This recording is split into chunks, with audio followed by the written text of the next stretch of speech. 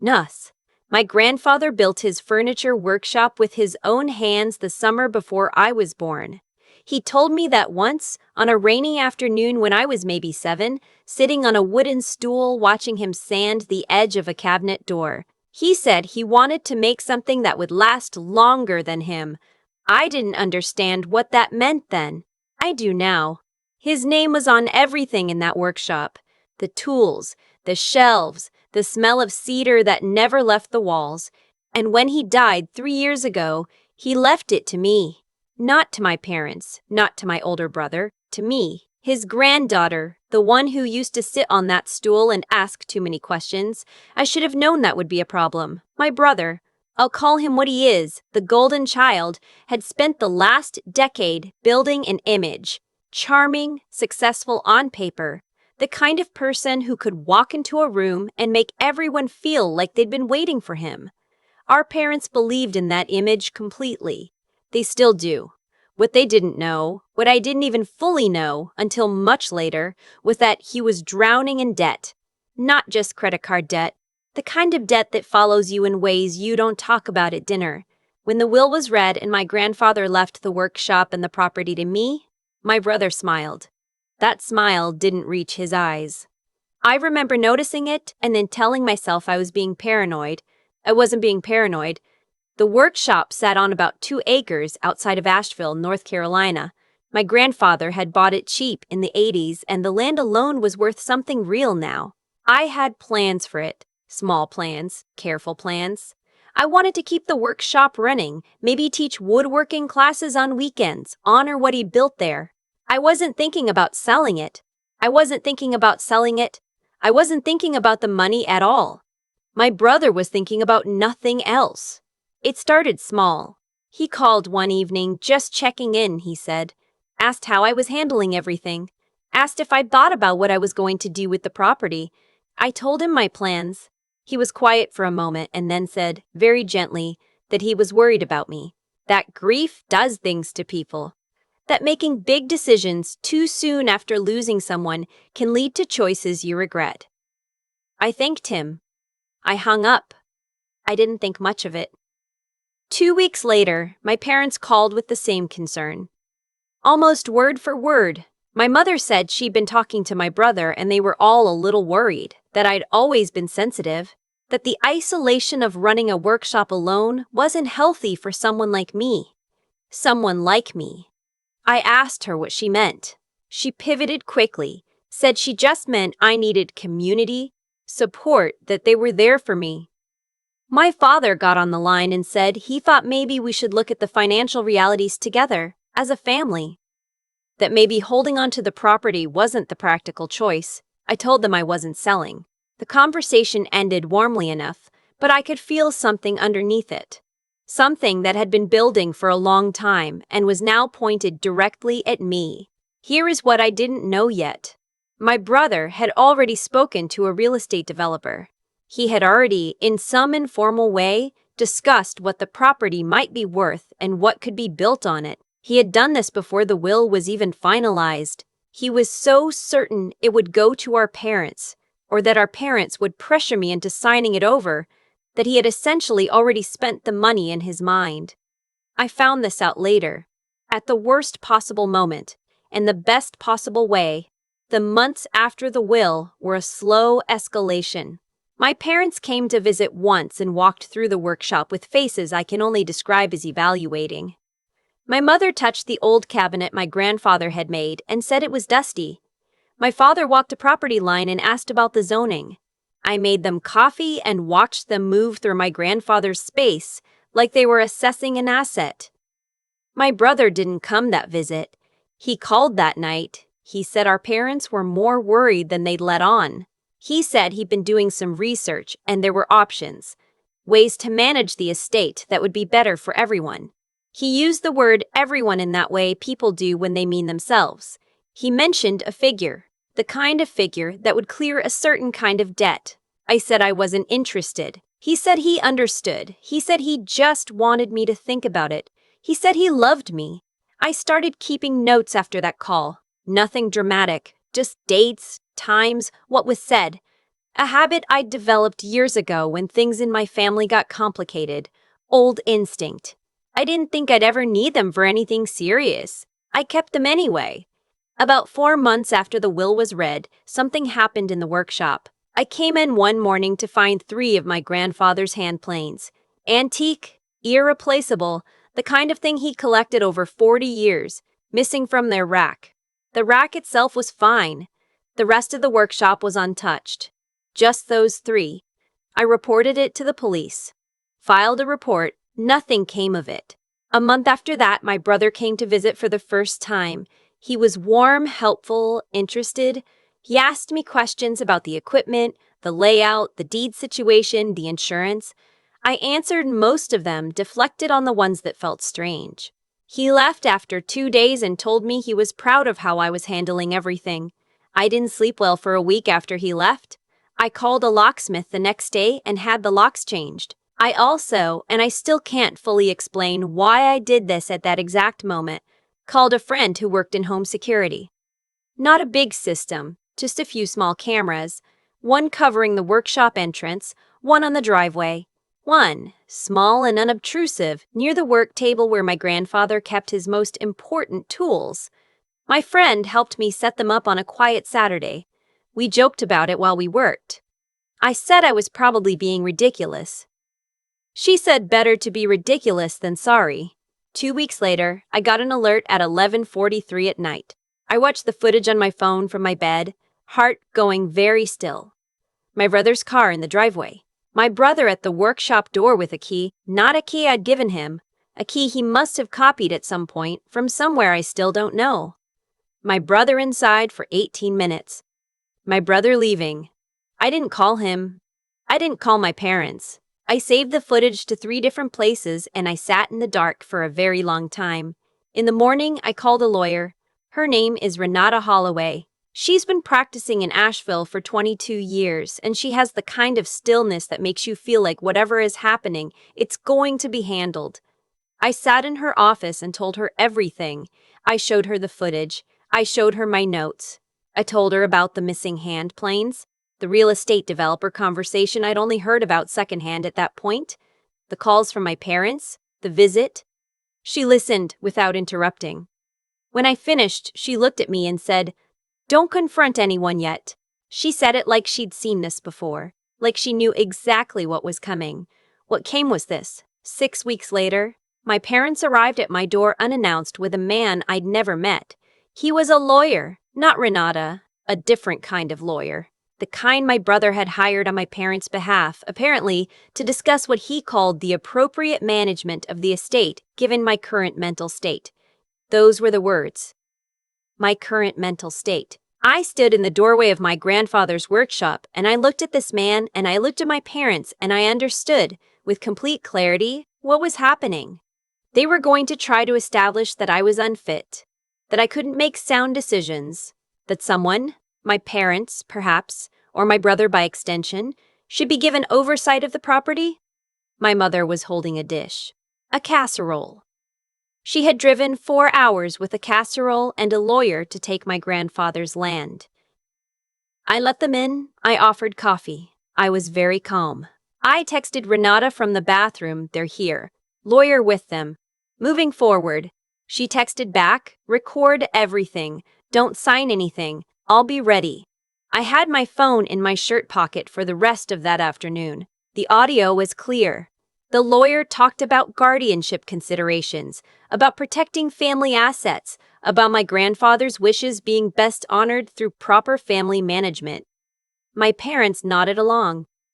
My mother touched my arm twice and said she just wanted what was best for me. I said I understood. I said I needed time to think. I walked them out. I sat on the floor of the workshop for about an hour after they left. Not crying, just still, listening to the sound of the building. The way it settled in the afternoon heat. Then I called Renata and said, "Let's go." What I hadn't told my brother, what I hadn't told my parents, what I hadn't told anyone except Renata, was what I'd found after reviewing the footage from the night of his visit. The 18 minutes inside the workshop. I'd gone in carefully the next morning and cataloged everything. He had gone through my grandfather's locked cabinet, The one in the back. The one I kept the original deed documents and appraisal records in. He hadn't taken the documents, but the lock showed signs of having been forced. More importantly, he had moved a box of old financial records. Not removed, moved. Placed differently. And on the floor near the cabinet, so small I almost missed it, a cufflink. Silver. The kind my brother wore to every family event. I photographed everything. I didn't touch it. Renata's investigator confirmed, through separate research I won't fully detail here, that my brother had a significant outstanding debt to a private creditor in Charlotte. The amount lined up precisely with what the property would net if sold to the developer he'd already spoken with. The competency hearing was scheduled for a Thursday. My parents had formally filed a petition. Their lawyer presented what he clearly considered an airtight case. I was isolated. I was grieving. I was making economically irrational decisions. I had no professional background in property management, and I had, by their account, displayed erratic behavior in recent months. My brother sat in that room with an expression I can only describe as already finished, like the outcome was already settled, like I was already gone. The judge was a woman, late 50s, with the kind of posture that suggests she has heard every version of every story and is not easily impressed. Her name was Judge Alderman. She let both sides speak without interrupting. Renata presented our response methodically.